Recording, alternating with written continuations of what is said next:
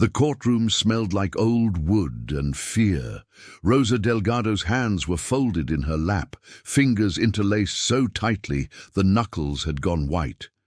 She sat in the witness box wearing her cleanest dress, navy blue with small white flowers, the one she saved for church, and stared at the polished shoes of the defense attorney approaching her. Attorney Mitchell Brennan had the kind of smile that belonged in toothpaste commercials. Perfect teeth, expensive suit that probably cost more than Rosa made in 3 months' cleaning houses. He stopped a few feet from the witness stand, hands casually in his pockets, as if this were all just a pleasant conversation over coffee. "Mrs. Delgado," he began, his voice carrying that particular tone of practiced patience, "you've told this court that on the evening of March 14th you witnessed my client, Mr. Richard Aldridge, arguing with his wife in their home. Is that correct?" "Yes." Rosa's voice was barely above a whisper. The microphone in front of her crackled, and she flinched. "Speak up, please."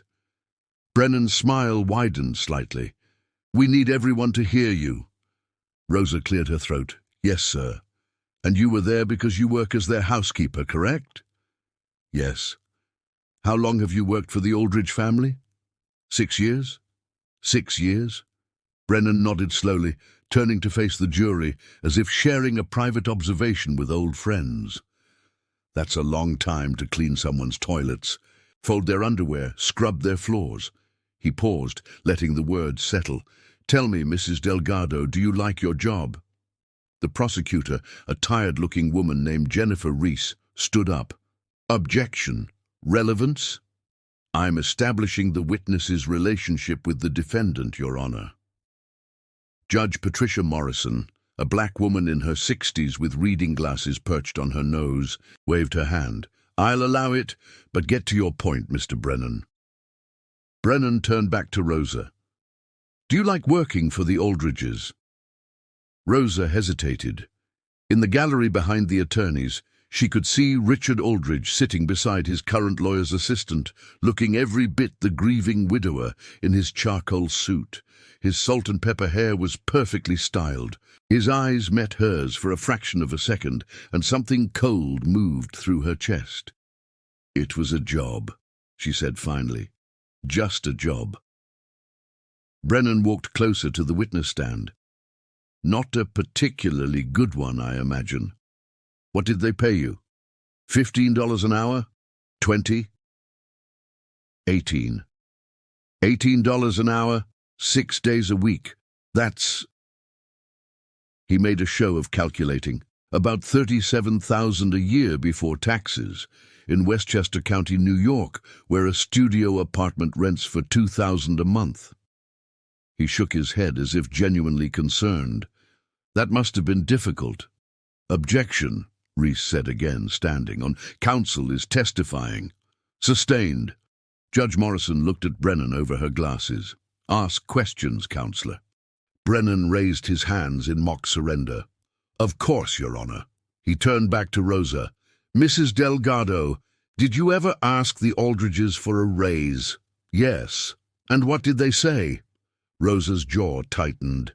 "Mrs. Aldridge said maybe next year." "But there was no next year for Mrs. Aldridge, was there?" The courtroom went completely silent. Rosa felt her stomach twist. Across the aisle, Richard Aldridge's face was a mask of composed sorrow. "No," Rosa whispered, "because 3 weeks after you asked for a raise, Catherine Aldridge was dead." Brennan let that hang in the air. "Fell down the stairs in her own home. Tragic accident, according to the medical examiner. But you don't think it was an accident, do you, Mrs. Delgado?" "No." "You think my client murdered his wife?" "Yes." "Based on what? An argument you claim to have overheard?" "I heard it." Brennan's smile returned, but this time it had an edge. "You heard them arguing. Married couples argue, Mrs. Delgado. It doesn't mean anyone gets murdered." He paused, tilting his head slightly. "Tell me, and I want you to think carefully before you answer.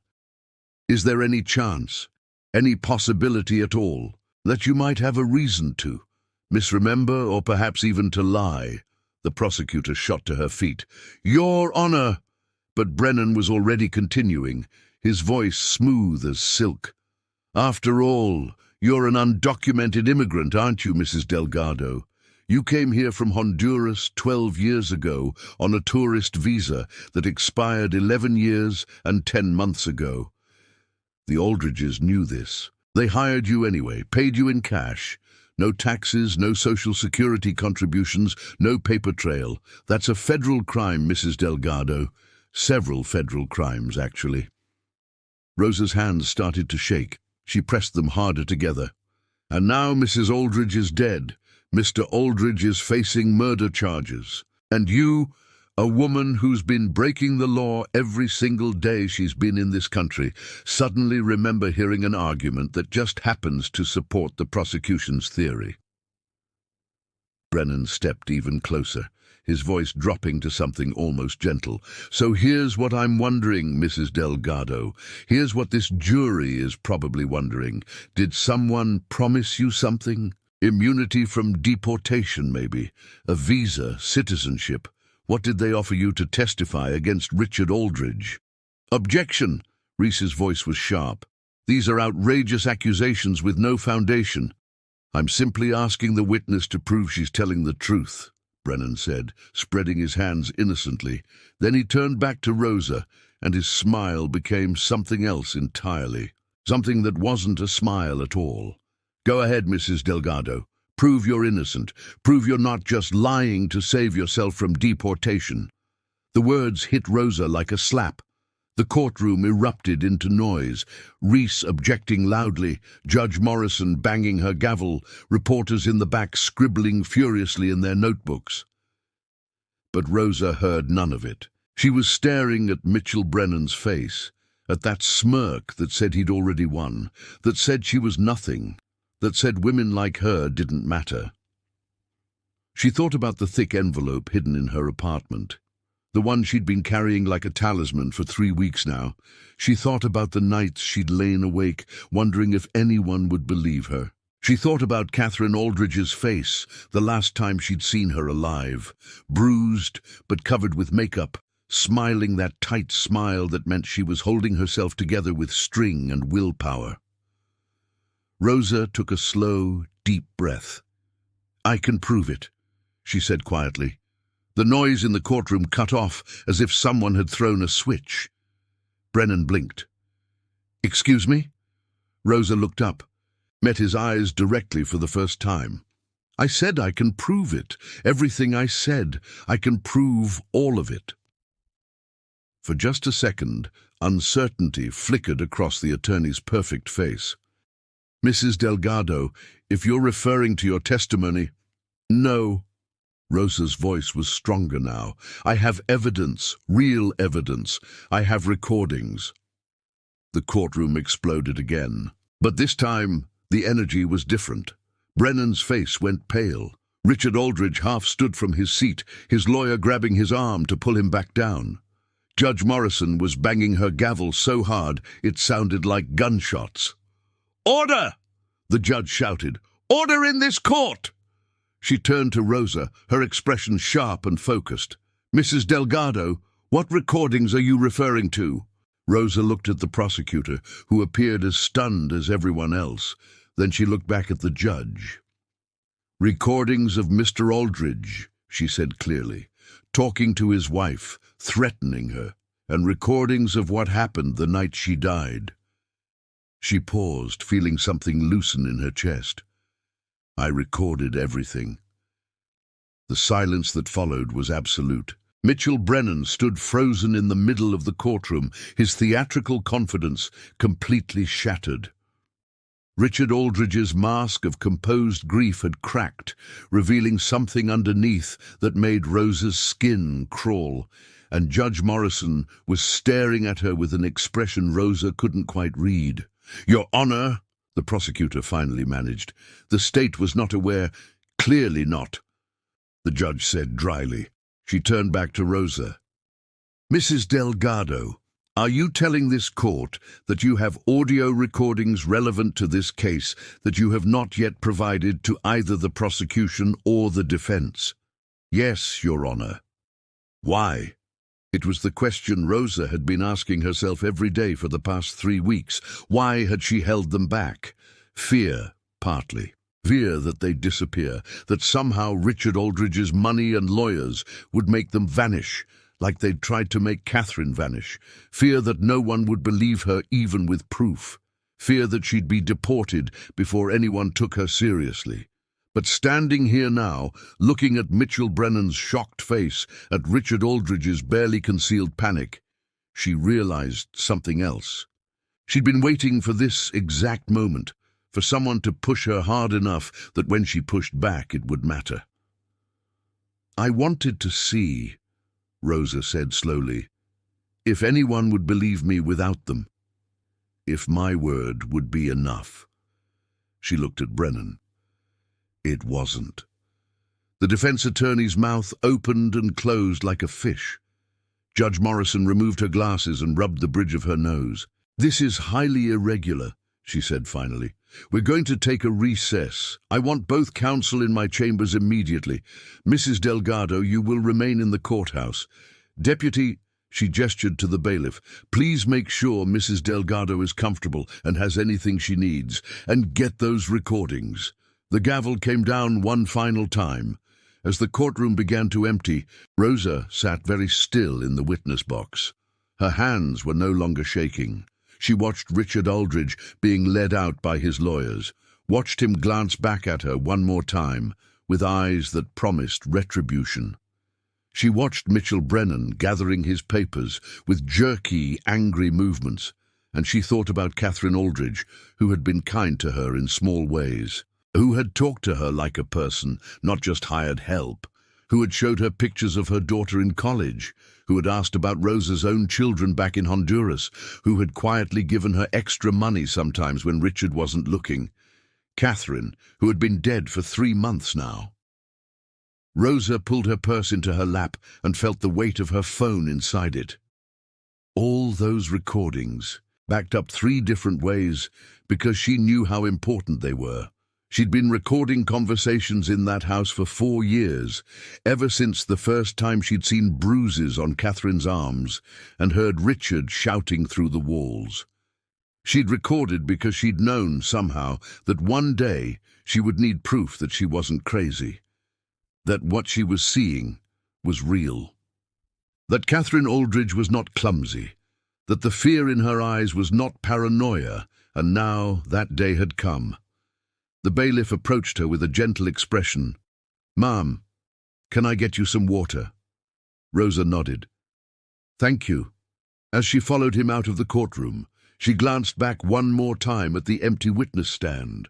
The microphone was still on, still crackling softly into the silence. She wondered if anyone else could hear it, the sound of everything about to change. 6 years earlier, Rosa Delgado had walked up the curved driveway of the Aldridge house for the first time and thought it looked like a castle. Not a real castle, she'd seen those in books at the library, but the kind of house that meant something in America. Money, success, security. The kind of house that regular people only saw from the outside. The agency had sent her with specific instructions. Be punctual, be polite, don't ask questions. The Aldridges were looking for a housekeeper, 6 days a week, 9 to 5. The pay was decent, if you didn't think too hard about the cost of living in Westchester County. Rosa needed the work. Her sister Marisol was sending money back to Honduras for their mother's medical bills, and Rosa's eldest son, Diego, needed books for school. There was no room for being picky. Catherine Aldridge had answered the door herself, which surprised Rosa. Most wealthy women in the neighborhood had housekeepers who answered doors, took coats, managed the entrance like airport security. But Catherine stood there in expensive yoga clothes and bare feet, her blonde hair pulled back in a ponytail, smiling a smile that almost reached her eyes. "You must be Rosa," she'd said. "Come in, please. I've just made coffee. Would you like some?" That first year had been good. The work was straightforward. Cleaning, laundry, occasional cooking, organizing things that didn't need organizing because Catherine liked things just so. Richard Aldridge was rarely home. He worked in finance, something complicated involving hedge funds that Rosa didn't fully understand and didn't need to. When he was home, he was polite in the distant way of people who see service workers as part of the furniture. But the house told stories if you paid attention. Rosa noticed things because that's what housekeepers do. They see the half-empty wine bottles in recycling bins, the prescription medication that multiplies in bathroom cabinets, the increasing number of tense phone conversations that end abruptly when someone enters the room. Rosa didn't gossip, didn't pry, but she wasn't blind. The first time she saw bruises on Catherine's arm was in the second year. Catherine was reaching for something on a high shelf, and her sleeve rode up. 5 finger marks, faded to yellow-green, but unmistakable. "What happened?" Rosa had asked before she could stop herself. Catherine pulled her sleeve down quickly, laughing a light, dismissive laugh. "Oh, I'm so clumsy," walked right into the car door. Her smile was tight. "Richard's always telling me I need to pay more attention." Rosa said nothing, but something cold settled in her stomach. She'd seen those bruises before. Her own mother had worn them for years, until Rosa's father died in a work accident, and her mother finally stopped flinching at sudden movements. After that, Rosa started noticing more. The way Catherine's hand would shake sometimes when she was pouring coffee. The way she would check and recheck that Richard's car was really gone before relaxing. The expensive gifts that would appear after particularly tense weekends. Jewelry, handbags, the kind of things that might be apologies if they came from someone else. But Richard Aldridge didn't seem like the apologizing type. He seemed like the kind of man who was used to getting his way, used to controlling his environment, used to having people either fear him or want something from him. Rosa was neither, which meant she was beneath his notice. Just the help. That changed in year 3. Rosa had been cleaning the master bedroom one Tuesday morning when she heard shouting from downstairs. It was summer, and the windows were open, and the voices carried up with perfect clarity. "Don't understand how money works." Richard's voice, sharp with anger. "That foundation of yours is bleeding cash. Do you think I work 80 hours a week so you can give it all away to charity cases? It's my money too." Catherine's voice fighting back, but with an undercurrent of fear. "My parents left me that trust. Your parents are dead, and I manage that trust. Or have you forgotten who actually handles the finances in this family?" "I want access to my own accounts, Richard. This is ridiculous." A sound Rosa couldn't quite identify. Then silence, loaded and dangerous. "You want access?" Richard's voice had gone quiet, which somehow made it worse. "You can barely keep track of your own social calendar. You think I trust you with financial decisions. You're lucky I let you run that little foundation at all." "Let me?" Catherine's voice cracked. "It's not about letting me, it's my—" The sound of something breaking. Glass, maybe. Rosa had stood frozen in the bedroom, duster in hand, heart pounding. Then footsteps, heavy ones, going up the stairs. Rosa barely had time to move to the far side of the room before Richard burst through the bedroom door. He stopped when he saw her, his face still flushed with anger. "What are you doing?" he demanded. "Cleaning, Mr. Aldridge." Rosa kept her voice neutral, her eyes down. He stared at her for a long moment, his jaw working. "Did you hear anything just now?" Rosa knew what the right answer was, the safe answer. "No, sir." He studied her face, looking for a lie. Rosa had spent years learning how to make her face blank, how to be invisible when necessary. It was a survival skill. Finally, Richard nodded. "Good." He loosened his tie, already shifting back into his usual composed mask. Catherine gets emotional sometimes. Doctor says it's hormonal. Nothing to worry about. Yes, sir. He left. Rosa exhaled slowly and finished cleaning the room on autopilot, her hands working while her mind raced. She found Catherine later in the sunroom, staring out at the garden. There was a bruise forming on her left cheek, already puffy and dark. "Mrs. Aldridge," Rosa said softly. Catherine didn't turn around. "I'm fine, Rosa." "You're not fine." For a long moment, Catherine said nothing. Then, so quietly, Rosa almost didn't hear it. "I know." That was when Rosa made her decision. She couldn't fix this. She couldn't call the police. Catherine would never press charges, and even if she did, men like Richard Aldridge didn't go to jail. They had lawyers, they had money, they had the benefit of every doubt. But Rosa could document it. She could create a record just in case one day someone needed proof that Catherine Aldridge wasn't crazy, wasn't lying, wasn't making things up. She started with her phone. She was careful, always keeping it in her apron pocket with the voice recorder app running. Not all the time. She couldn't risk the battery dying or Richard noticing. But during arguments, during tense moments, during the times when Richard's voice went quiet and dangerous. The first recording was 3 weeks later. Richard talking to Catherine in the kitchen while Rosa was theoretically down in the laundry room. "Sick of your drama, Catherine. You want to leave? Leave.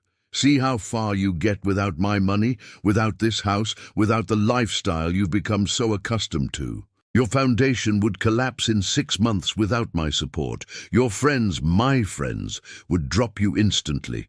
Who would you even be without me?" "I'd be myself." A bitter laugh. "You don't even know who that is anymore." Rosa had saved the recording, backed it up and continued. One recording became 5, became 10, became dozens. She dated them all, noting where and when each occurred. She backed them up to the cloud, to a USB drive she kept hidden in her apartment, to her sister's email account back in Honduras. She told herself she was doing it for Catherine, but part of her knew she was doing it for herself too. For every woman who'd ever been told her word wasn't enough. For every maid, nanny, cleaner who'd seen things and been ignored because who would believe the help over the boss? By the time Catherine died, Rosa had 4 years of recordings. She had Richard threatening to cut off Catherine's access to her own trust fund. She had him telling Catherine she was worthless, stupid, a burden. She had him describing in detail how he could make her life miserable, how no one would believe her if she tried to leave, how he'd make sure she never saw their daughter again. She had him 3 nights before Catherine died saying, "Sometimes I wish you'd just disappear, make everyone's life easier." And she had the night of Catherine's death itself. Rosa hadn't been scheduled to work that day. It was a Sunday, her day off. But Catherine had called her cell phone at 7 p.m., which she almost never did. "Rosa, I'm sorry to bother you." Catherine's voice had been shaky, afraid. "Are you busy?"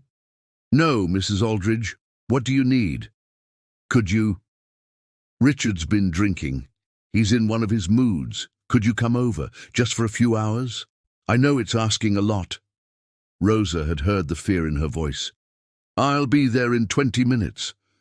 She'd arrived to find Richard's car in the driveway and all the lights on downstairs. She let herself in through the kitchen door. Catherine had given her a key years ago and heard shouting immediately. "Done protecting you from yourself," Richard's voice slurred with alcohol but still vicious.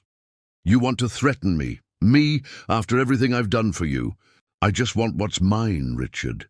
My parents' money is in a trust that I control. How many times do I have to explain this to you?" Rosa moved quietly through the kitchen, her phone already recording in her pocket. She could see them in the hallway near the stairs, Richard backing Catherine up toward the steps, Catherine's back nearly against the railing. "You don't control me." Catherine's voice was desperate. "I've talked to a lawyer, Richard. I know my rights. I can dissolve the trust. I can—" Richard's hand shot out, grabbing Catherine's arm. Rosa saw Catherine flinch, try to pull away, and then it happened so fast.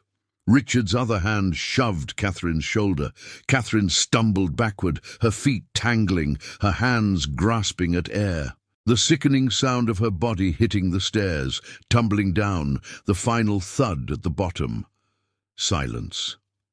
Rosa had stood frozen in the kitchen doorway, her heart hammering so hard she thought it would break through her ribs.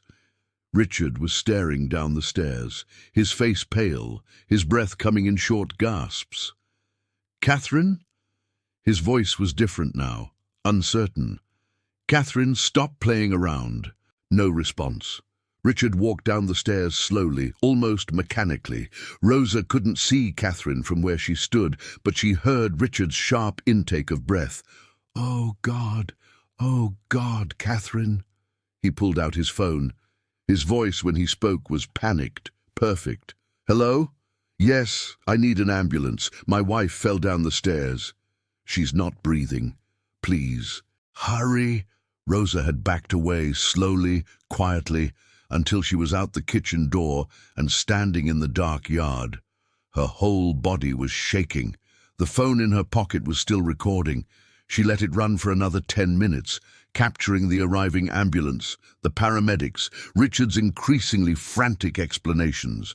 Then she'd walked home, 3 miles in the dark, and hadn't stopped shaking until dawn.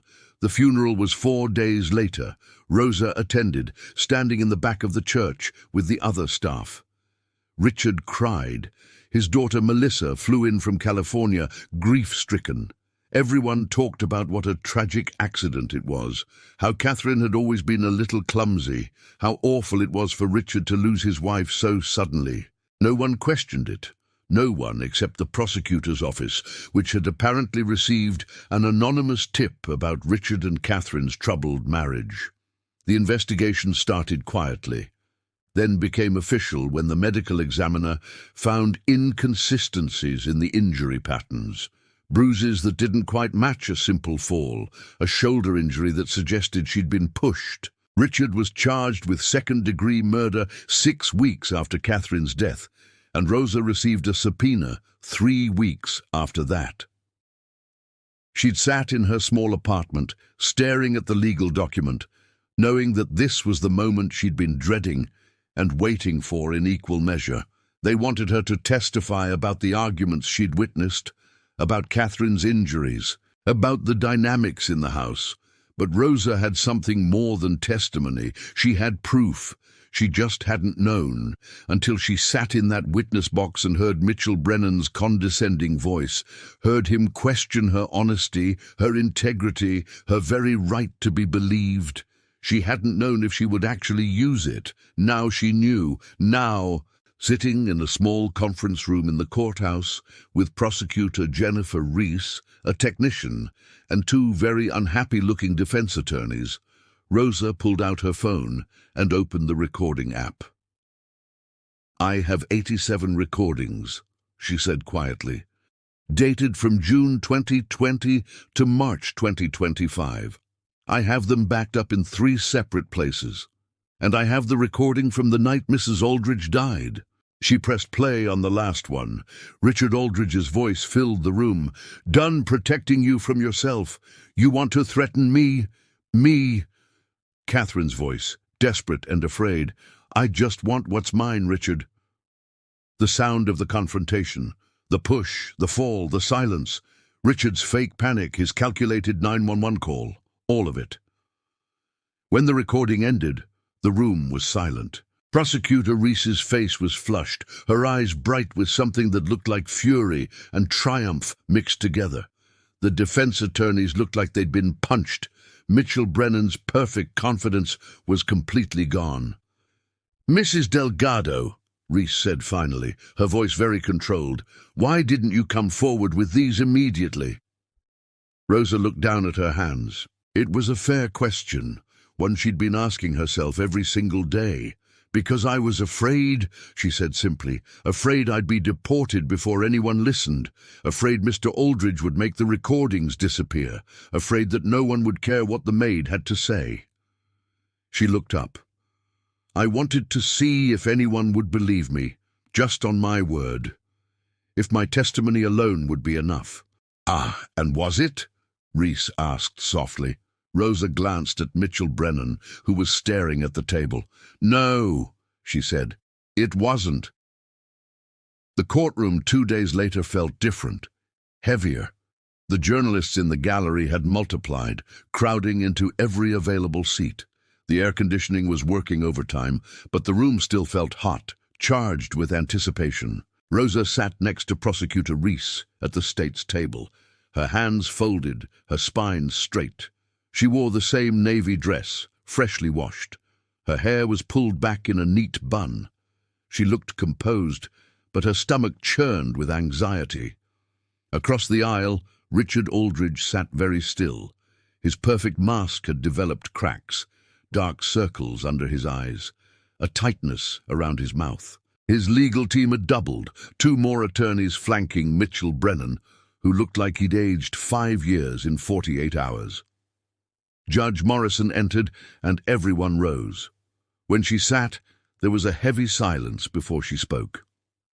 "Before we begin today's proceedings," the judge said, her voice carrying easily through the hushed courtroom, "I want to address the recordings that Mrs. Delgado has provided to this court." She looked at the defense table. "Mr. Brennan, your team has had 2 days to examine this evidence. Do you have any challenges to its authenticity?" Brennan stood slowly. His theatrical confidence was gone, replaced by something more careful. "Your Honor, while we have verified that the recordings are authentic, that is, they haven't been digitally manipulated, we do wish to challenge their admissibility on several grounds, such as: First, they were made without the consent of the parties being recorded. New York is a one-party consent state, but Mrs. Delgado was not a party to most of these conversations. She was eavesdropping. Second, Mrs. Delgado deliberately withheld this evidence from both the prosecution and the defense, which raises serious questions about her motives and credibility. Third, let me stop you there, Judge Morrison interrupted. Mrs. Delgado was lawfully present in the Aldridge home during all of these recordings, correct? Brennan hesitated. Yes, and the recordings were made in common areas of the home, not private spaces like bedrooms or bathrooms. Primarily, yes, but then they're admissible. The judge's tone was firm. As for Mrs. Delgado's decision to withhold them, I'll admit I'm not thrilled about the timeline, but she was under no legal obligation to provide them to anyone until she was called to testify. She's not law enforcement, she's a witness, and frankly, Mr. Brennan, given your treatment of her on the stand 2 days ago, I'm not entirely surprised she felt the need to protect this evidence. Brennan's jaw tightened. Your Honor, I'm going to allow the recordings into evidence, all of them. The jury will hear them and make their own determination about their significance.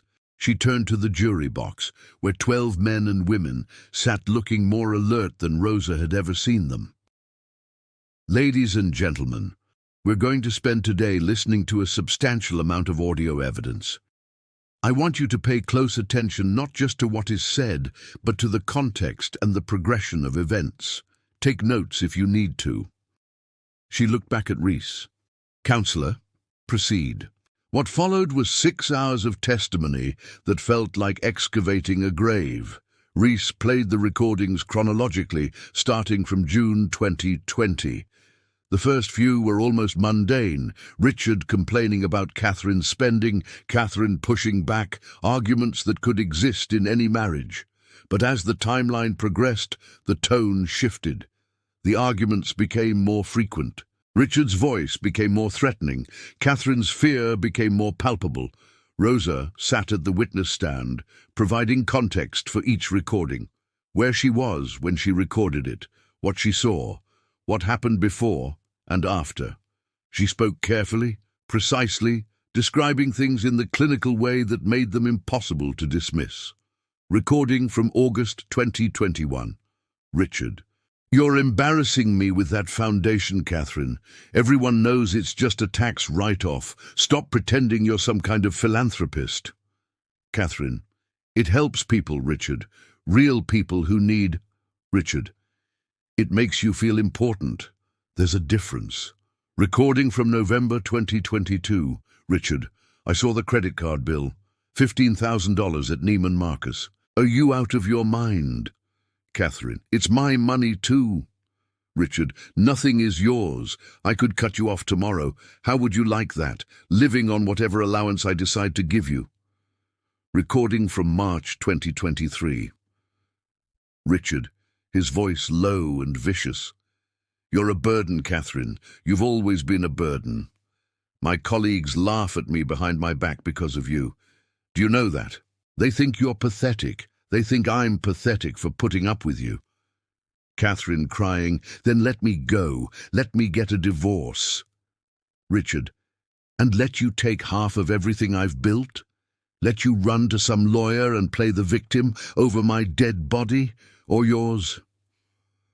The courtroom went dead silent at that last line.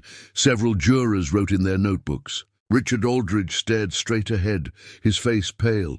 Mrs. Delgado, Reese said gently, can you describe Catherine Aldridge's state of mind during this period? Rosa took a breath. She was afraid all the time. She jumped when doors closed. She checked her phone constantly, like she was waiting for bad news. She started keeping her purse with her in every room, like she needed to be ready to run. Did she ever discuss leaving with you? Not directly, but one time she asked me if I knew any women's shelters. She said it was for her foundation, that she wanted to make a donation, but the way she asked... Rosa shook her head. She wanted to know if they really protected people, if someone could hide there. What did you tell her? I told her they try, but that men with money and lawyers, they have ways of finding people. Reese nodded slowly. Let's move on to February 2025. The recordings from February were darker. Richard's threats became more explicit. Catherine's desperation became more obvious. They'd argued about money, about Catherine's desire to dissolve the trust her parents had left her, about her attempts to contact lawyers. Recording from February 18th. Richard, you think any lawyer in this county will take your case? I play golf with half the judges in Westchester. I donate to their campaigns. Who do you think they'll believe? Some hysterical housewife or me? Catherine, her voice shaking. I'm not crazy, Richard. Richard, then stop acting like it. Take your medication, smile at the parties, and stop trying to ruin everything I've built. And then came March 14th, the night Catherine died. Reese played the recording in its entirety.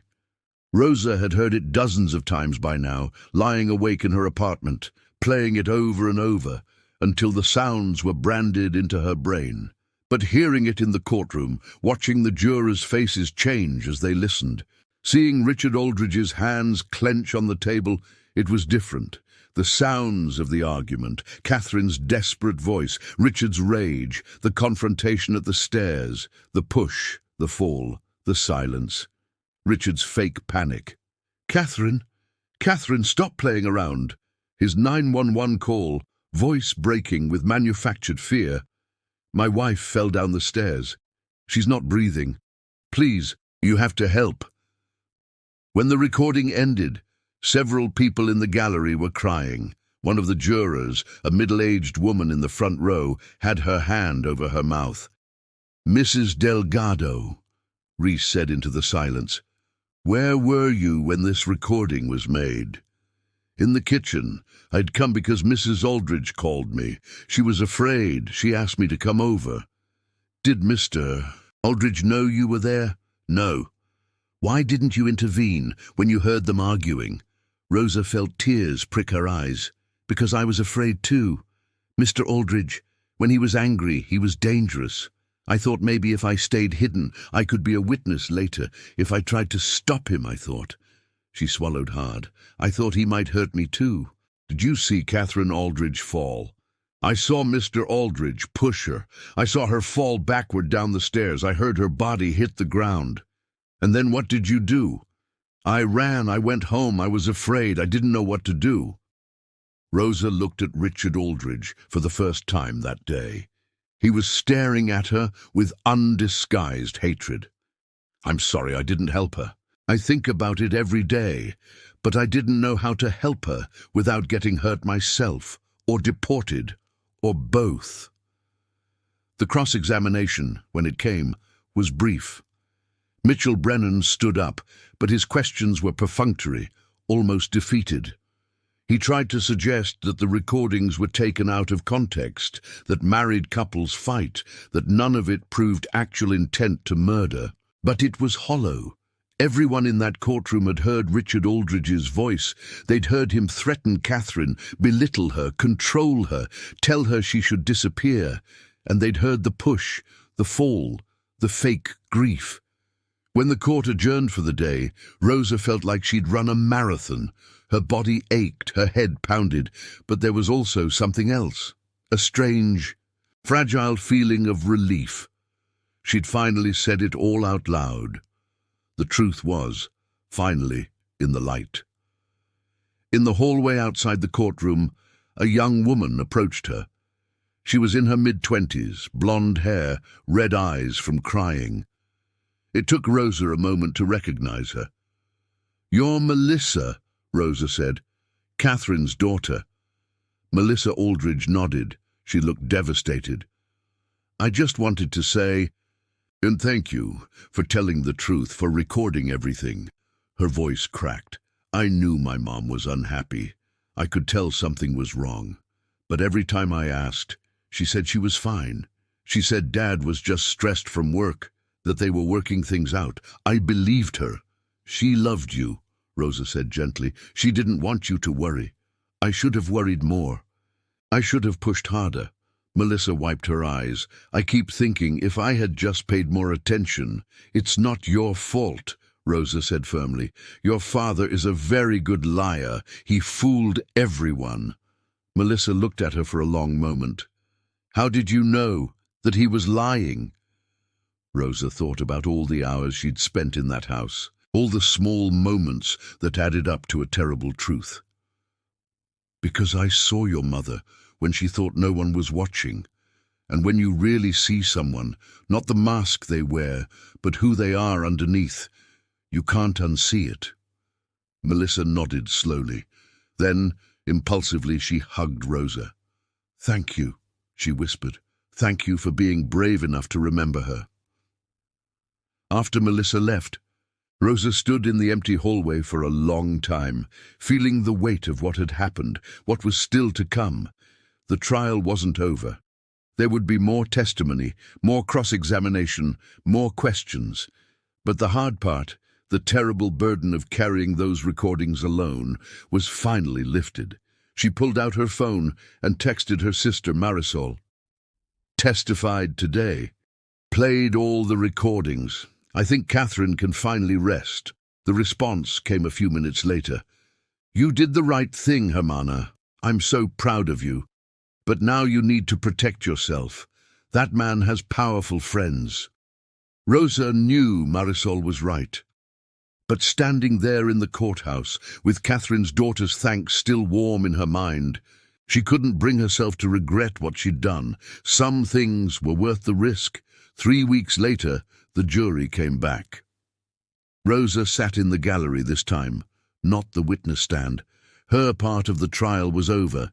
She'd endured 2 more days of cross-examination, with Brennan trying desperately to discredit her, to find some angle that would make her recordings meaningless. But every attempt fell flat.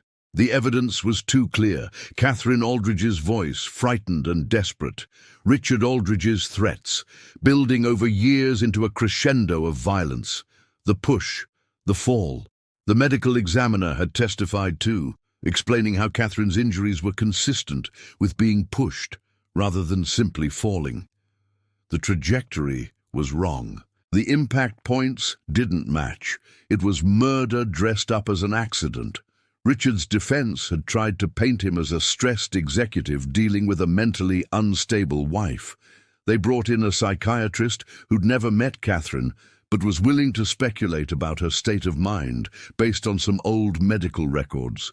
They suggested that Catherine might have fallen on purpose, a desperate bid for attention, a cry for help that went horribly wrong. But the jury wasn't buying it.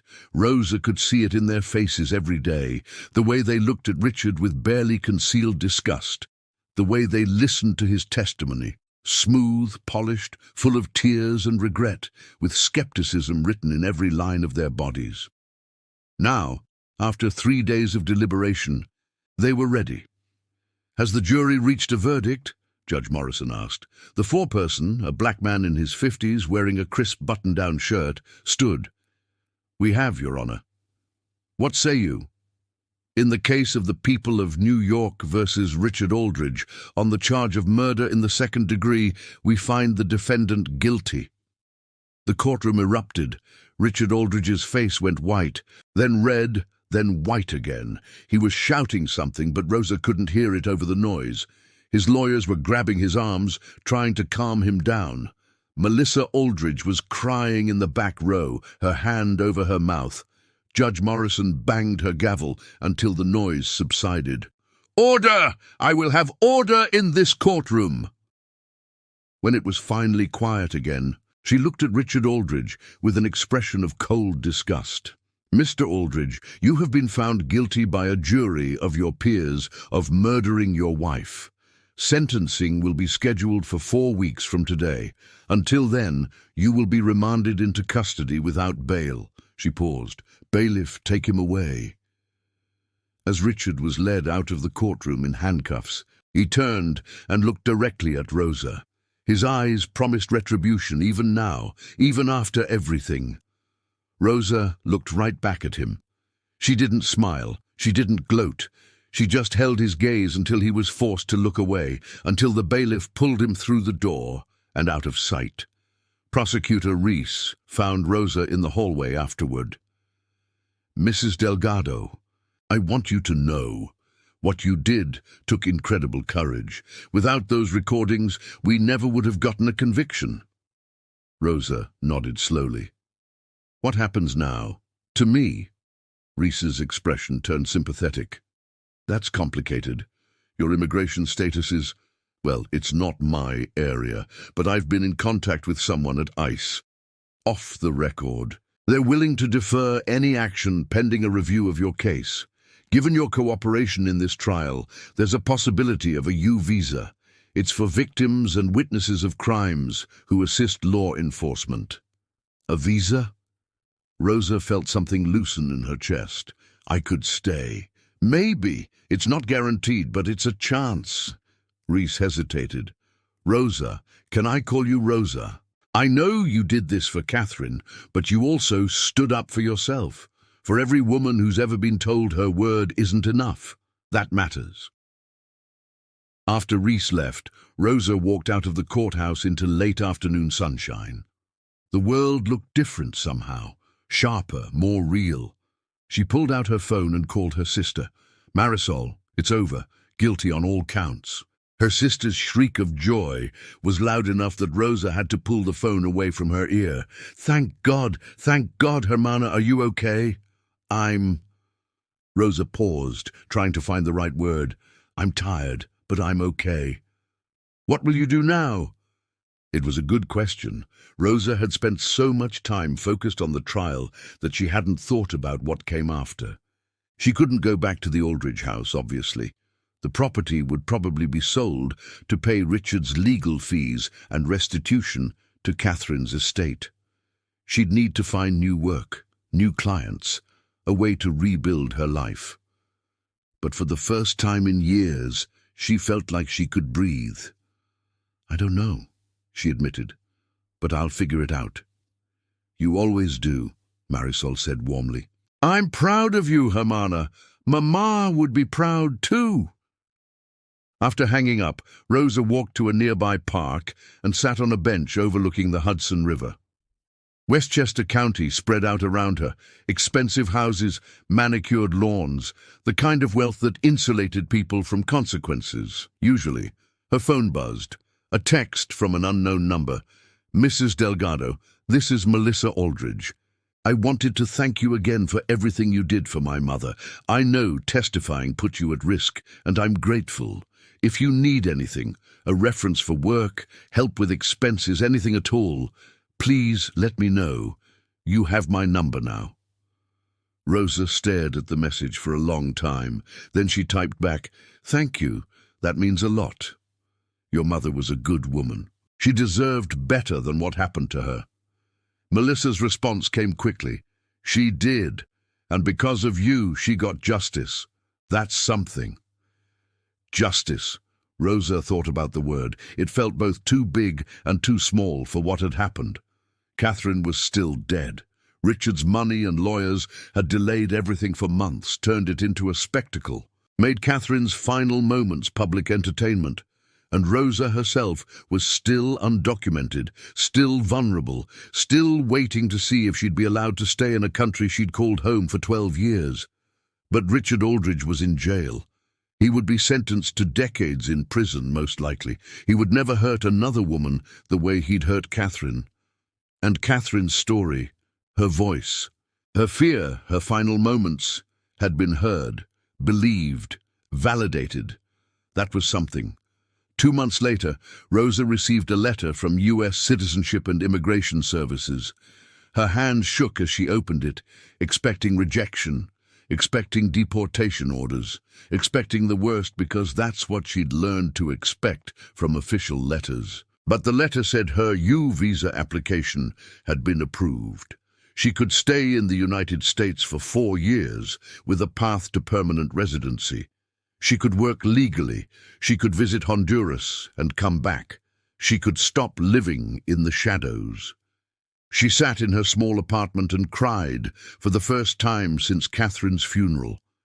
Not sad tears, tears of relief, exhaustion, disbelief. All those years of fear, all those nights lying awake worrying about ICE raids, all the times she'd hidden from police officers and crossed the street to avoid government buildings, it was over. She could finally stop running. The sentencing hearing was quiet compared to the trial. Rosa attended, sitting in the back row next to Melissa. Richard Aldridge stood before Judge Morrison in an orange jumpsuit, his hair unkempt, his face gaunt. Gone was the polished executive in expensive suits. He looked small, diminished. "Mr. Aldridge," Judge Morrison said, "you have been convicted of murdering your wife after years of abuse, intimidation, and control. You used your wealth and position to isolate her, to make her feel helpless, to convince her that no one would believe her if she tried to leave.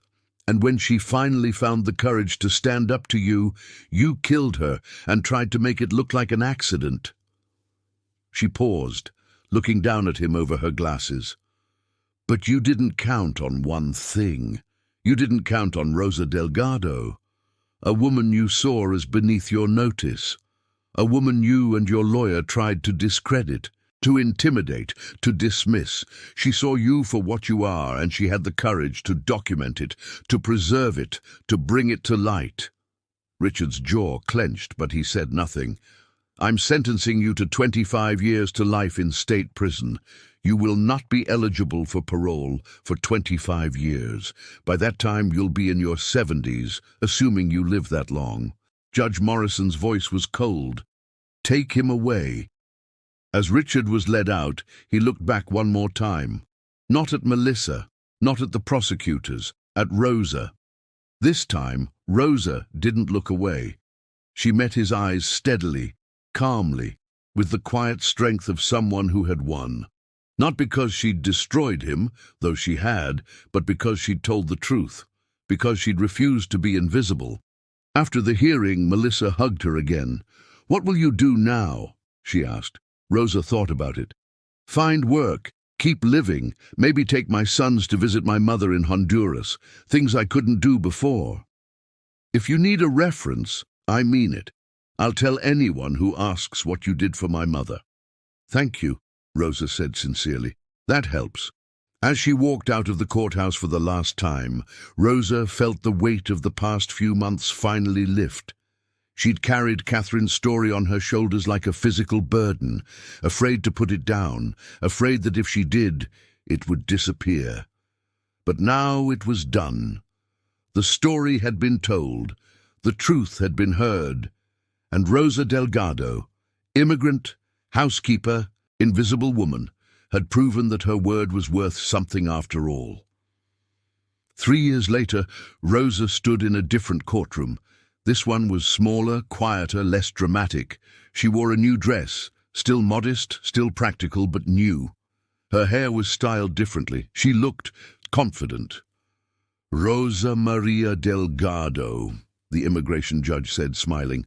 Congratulations. Your application for permanent residency has been approved.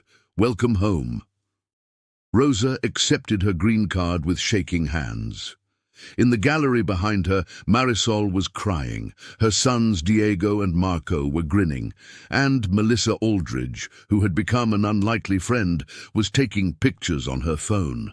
Outside the courthouse, Melissa showed Rosa the photo, Rosa holding her green card, smiling a real smile for the first time in what felt like forever. Can I post this? Melissa asked. I've been doing advocacy work, you know, talking about my mom's case, about domestic violence, about how we need to listen to women when they speak up. This would be powerful. Rosa hesitated, then nodded. Okay, but... She paused. Add something. Tell them that this isn't just about me. It's about every worker, every immigrant, every person who sees something wrong and wonders if anyone will believe them.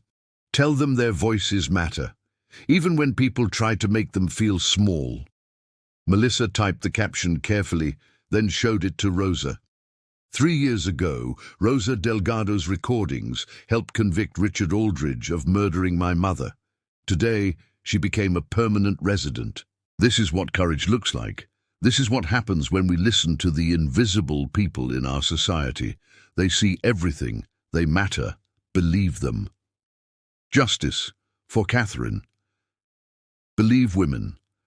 Immigrant voices. The post went viral within hours. National news outlets picked it up. Immigration advocates used Rosa's story as an example of why undocumented witnesses need protection. Domestic violence organizations shared it as a reminder that abuse happens in wealthy families too, behind perfect facades.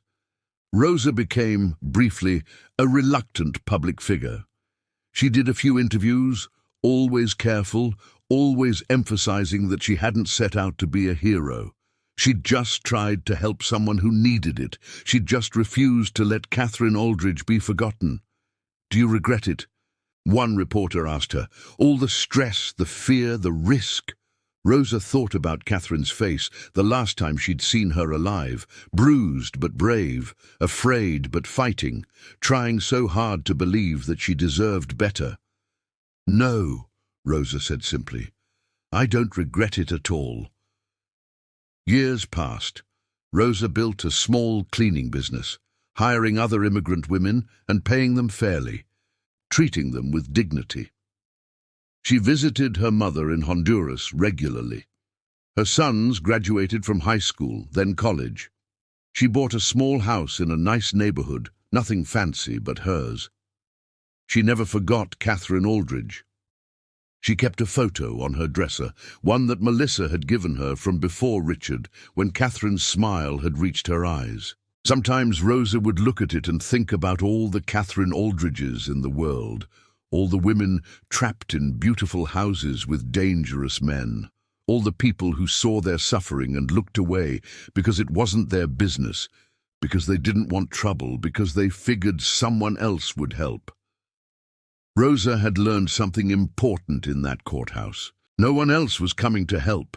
If you saw something wrong, if you had the power to change it, even in a small way, you had to act, even if you were afraid, even if you thought your voice didn't matter, especially then. One evening, a decade after the trial, Rosa's doorbell rang. She opened it to find a young woman on her doorstep, maybe 25, with nervous eyes and a bruise half hidden by makeup. "Are you Rosa Delgado?" the woman asked. "Yes, I read about you, about what you did, about the recordings." The woman's voice shook. "My boyfriend, I think he's going to hurt me. Really hurt me, but no one believes me. His family has money, they're important, and I'm just—" She swallowed hard. "I'm just nobody." Rosa looked at her for a long moment, then she opened the door wider. "Come in," she said gently. "Tell me everything, and bring your phone. I'm going to teach you how to document things, just in case." The woman's eyes filled with tears. "You'll help me?" Rosa thought about Catherine, about all the women who'd never gotten help, about the power of simply being believed. "Yes," she said. "I'll help you. You're not nobody, and your voice matters." As the young woman stepped inside, Rosa closed the door behind her and thought about Mitchell Brennan's words from so long ago. "Prove you're innocent." She had proven it. Not just her innocence, but her worth, her right to be heard, her refusal to be invisible, and now she would help others do the same. One voice at a time, one recording at a time, one truth at a time. Because justice, Rosa had learned, didn't always come easy. Sometimes you had to fight for it. Sometimes you had to risk everything to demand it. Sometimes you had to be brave when you were terrified. Speak up when you were told to be quiet, and refuse to disappear when powerful people wanted you gone. But it was worth it. It was always worth it.